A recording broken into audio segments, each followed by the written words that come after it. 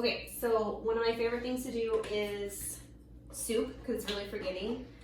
You can add chicken or not. I start with chicken broth as a base and then kind of add as I go. This is about the thickness I like. I don't like it too thin. What I add to it is I start with the base. You can use bouillon cubes or chicken stock. I didn't add chunks of chicken, but you can definitely do that too, or you can shred chicken. You just boil it and then shred it when it gets super easy to tear apart. You can add that in. I cook it for at least an hour because I like all the seasonings and everything to meld really well, but I cook it on low so it simmers. So you can do it in the Instapot too. And then from there, you can basically add whatever you like. So some people like corn and beans and carrots and onion, or you can ad-lib. I do kidney beans and I do navy beans because the kids respond well to those. I do the small diced carrots in a can, peas, and corn. And I do it with chicken stock. And then I add extra seasonings there too. I put tahini in it and some other Cajun spices to make it a little bit spicy, but not too bad. And then I cook it down so it gets a little bit thicker. You can add a little bit of flour if you want to thicken it down a little bit. It starts to get like a gravy type consistency. Once you've plated it, the kids normally like avocado on top, so you can do avocado, chopped onion, and then I sprinkle cheese on top. You can even, if you have in the bags of Doritos or chips, whatever, corn chips, all the small pieces at the bottom, I use that to do as the topping on top if you have it, so that gives it a little crunch and stuff. And then if you put cheese, shredded cheese on top, it melts super good. You can do a dollop of sour cream. If I tend to make it a little bit spicy, for the little ones, I put a little bit of sour cream on top to take away some of the heat.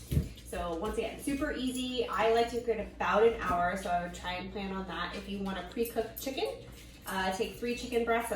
That'll probably feed up to 8 people. Once you cook the whole chicken breasts, I boil it for a long time and then shred it up and then throw it in there for some extra protein. Okay, so while my kids are cleaning their rooms, this is the activity we're gonna do afterwards. I realized that we're going to basically be quarantined for Easter. So I remember making these rice snowman things as kids, and I figured out a way to make bunny rabbits. So it's an old sock that you take, and this is the end product. See, super cute. Really easy. You can even, if you use everything that's like non-metal, you can heat these up, and you can even put essential oil in the rice. Then when you heat it up, it smells. So I put lavender in my rice. However, so I can't wear these socks because they're wool and they're really itchy. So what I did was just gathered some socks that were either mismatched or I wasn't going to use anymore. Cut the tops off because these are long socks. If they're shorter socks, they work perfect. Okay, so grab a glass. It makes it a little bit easier. I stuck the sock in the glass and then stretched it over the sides like this. So it's easier to fill. And then I took rice that I stocked up on. And there's not really a measurement, it just depends on how big you want the bunny to be. So I did like a half cup. And then get it down in there. Do a little bit more.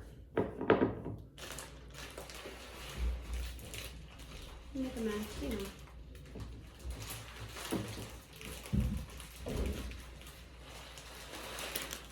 Okay. Get it down in there.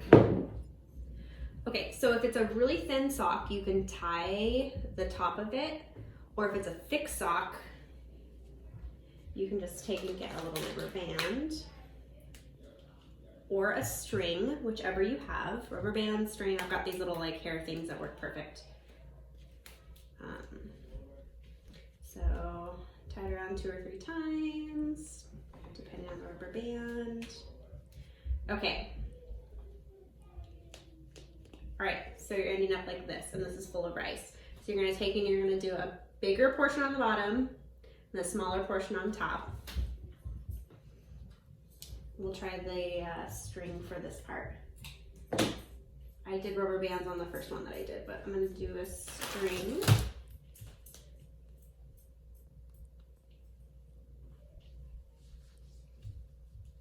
Really tight. Okay, so you see the head's made and then the body's made. See, just like that. Cut off the ends here. Or you can tie it in a little bow. That looks pretty cute. See, like that. So you're seeing the bunny come together. And then however you want the ears to be, I want them to be about right here. So I'm gonna cut this excess off. And then go straight down the middle.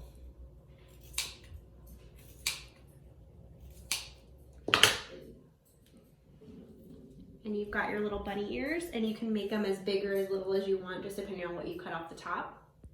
Okay, and then on the back, you're gonna grab the back because you wanna make the little tail.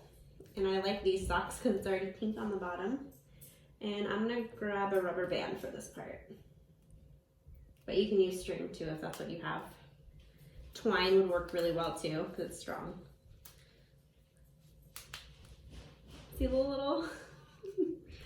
Okay.